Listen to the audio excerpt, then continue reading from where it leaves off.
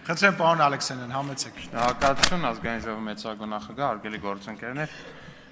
սիրելի Հայաստան դաշինք։ Հարգելի գործընկերներ, ես ճիշտ եմ հասկանում, որ դուք քաղաքականությունից դուրս եկեք, ձեզ ասել են դուք դուրս եկեք քաղաքականությունից։ Խեմ ես հարց տալիս, որովհետև իմ մոտ այդպես տպավորություն է առնվազն, որ դուք քաղաքականությունից դուրս եք եկել, ձեզ հրահանգել են, ասել են դուք դուրս եկեք քաղաքականությունից, հիմա քաղաքականությամբ զբաղվում է ռուս օլիգարխիկ կուսակցությունը, ըստ երևույթին գնահատելով ձեր անցողիկ շեմը հաղթահարելու շատ ցածր շանսերը, որովհետև առնվազն ձեր քաղաքական պասիվությունը տեղից մի ընդհատեք։ Առավել եւս ուրեմն մի խոսեք տեղից, երբ որ ես այս տեղից խոսում եմ, խոսելու բան ունեք, գնացեք ուրիշ տեղերից։ Ես կորոշեմ ինչ մասին եմ խոսում։ Դուք չեք կարող որոշեք, ես ինչի մասին նախազգուշացում ձեզ։ Կգնաք Ռոբերտ Քոչյանին, կասեք ինչի մասին ինքը խոսա։ Պարոն Ալեքսանյանի րոպեները վերականգնեք, խնդրում եմ։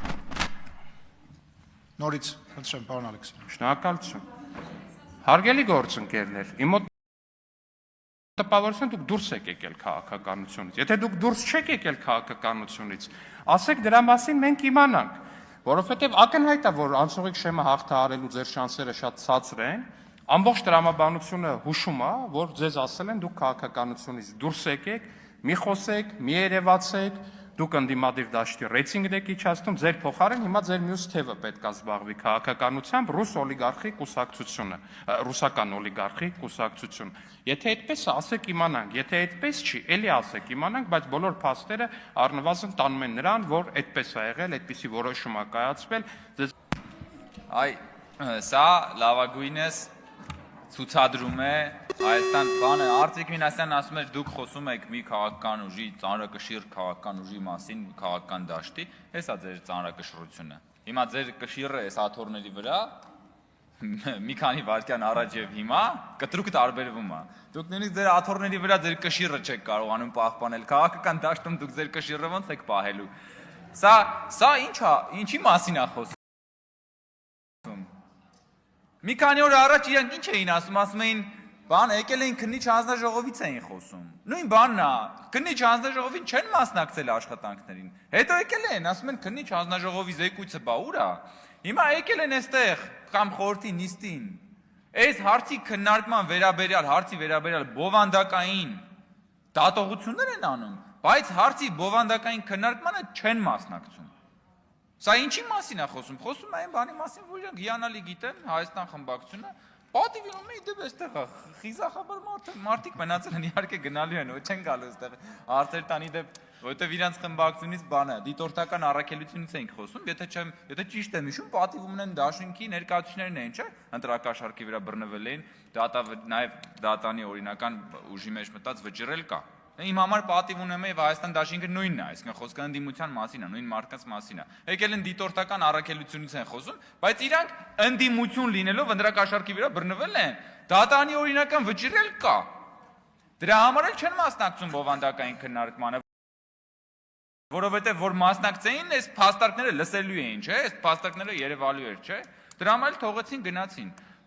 Սա իրենց համար բնականաբար լավագույն սեփական գործունեության ամենավառ ապացույցն է, որ գալիս են խորհրդի նիստին փակ առանց տեսախցիկների խորհրդի նիստին բան են անում, սուր են ճոճում, հետո այստեղ բան, էլի նույն խիզախությամբ սուրը դնում վերջը, Տիկին Կյուրեղան, չեմ լսում ձեզ ու փարկացու։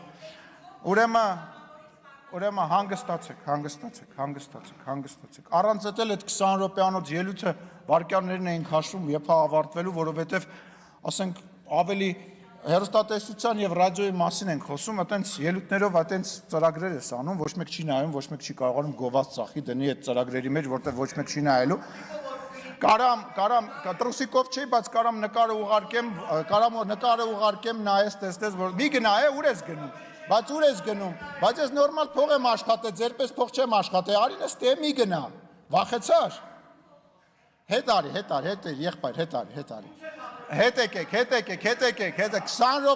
20 րոպե կյանքները կերար բոլորիս, խնդրում եմ նստի լսի, խնդրում եմ նստի լսի, էլի, կլսես չէ հետո, շնորհակալ եմ,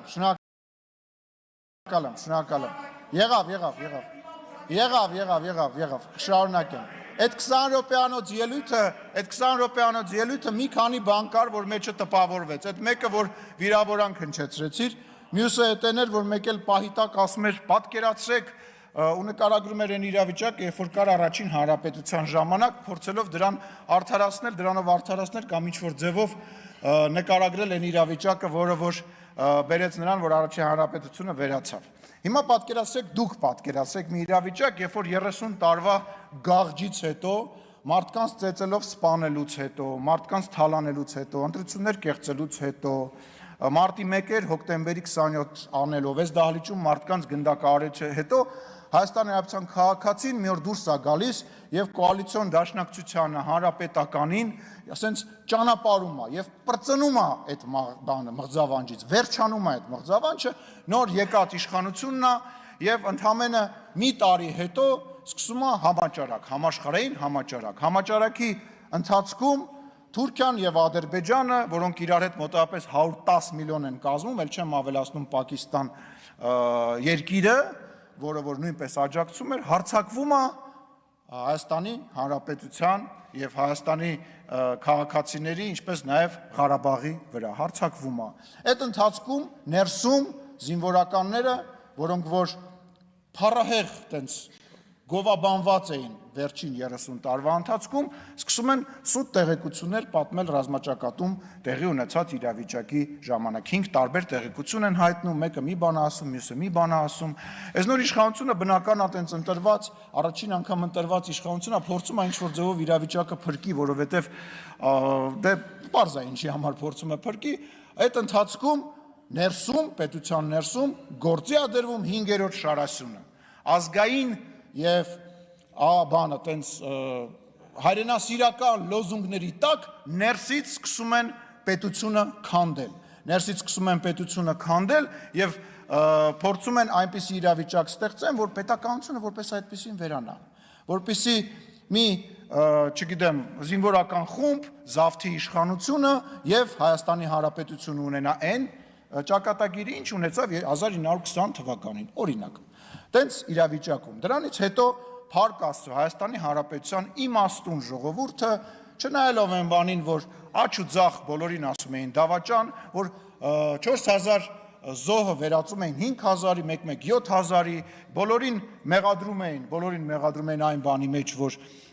իշխանությանը մեղադրում էին այն բանի մեջ, որ այդ զոհերը իրանց հետ է կապված եւ իրենց մեղավորությունը, այնուամենայնիվ Հայաստանի Հանրապետության քաղաքացին գնում է ասում է, չէ եղբայր, ես շատ լավ գիտեմ, ում պատճառով է եղել այս պատերազմը։ Ես շատ լավ գիտեմ, ինչի հետևանքով է եղել այս պատերազմը եւ նորից քվեարկում է